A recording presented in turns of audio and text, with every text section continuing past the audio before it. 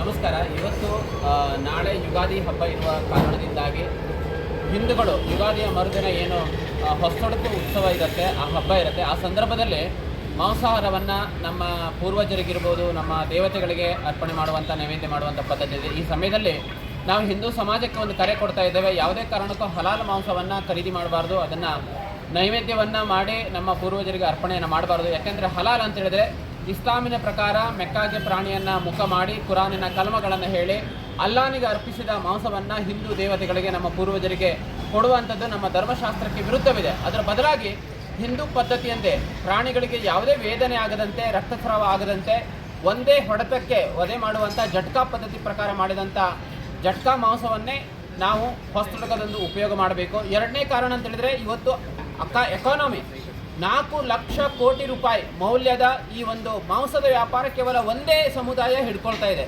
ಮೊನೋಪಲಿ ಮಾಡ್ತಾ ಇದೆ. ಇವತ್ತು ಹಿಂದೂ ಏನು ಮಾಂಸದ ವ್ಯಾಪಾರ ಮಾಡುವವರು ತಮ್ಮ ಉದ್ಯಮವನ್ನು ಕಳ್ಕೊಳ್ತಾ ಇದ್ದಾರೆ. ದೇಶದ ಸುರಕ್ಷತೆ ದೃಷ್ಟಿಯಿಂದಲೂ ಇದು ಬಹಳ ಮುಖ್ಯ ಇದೆ. ಹಲಾಲ್ ಹಣ ಇವತ್ತು ದೇಶ ವಿರೋಧಿ ಭಯೋತ್ಪಾದನೆ ಚಟುವಟಿಕೆಗೆ ಉಪಯೋಗ ಆಗ್ತಾ ಇದೆ. ಹಾಗಾಗಿ ಈ ಎಲ್ಲ ದೃಷ್ಟಿಯಿಂದ ರಾಷ್ಟ್ರದ ರಕ್ಷಣೆ, ಧರ್ಮದ ರಕ್ಷಣೆ, ಹಿಂದೂ ಸಮಾಜದ ರಕ್ಷಣೆ ದೃಷ್ಟಿಯಿಂದ ನಾವೆಲ್ಲರೂ ಜಟ್ಕಾ ಮಾಂಸವನ್ನು ಖರೀದಿ ಮಾಡೋಣ, ಹಲಾಲ್ ಮಾಂಸವನ್ನು ಬಹಿಷ್ಕಾರ ಮಾಡೋಣ, ಹಿಂದೂಗಳ ಜೊತೆಗೆ ವ್ಯಾಪಾರವನ್ನು ಮಾಡೋಣ.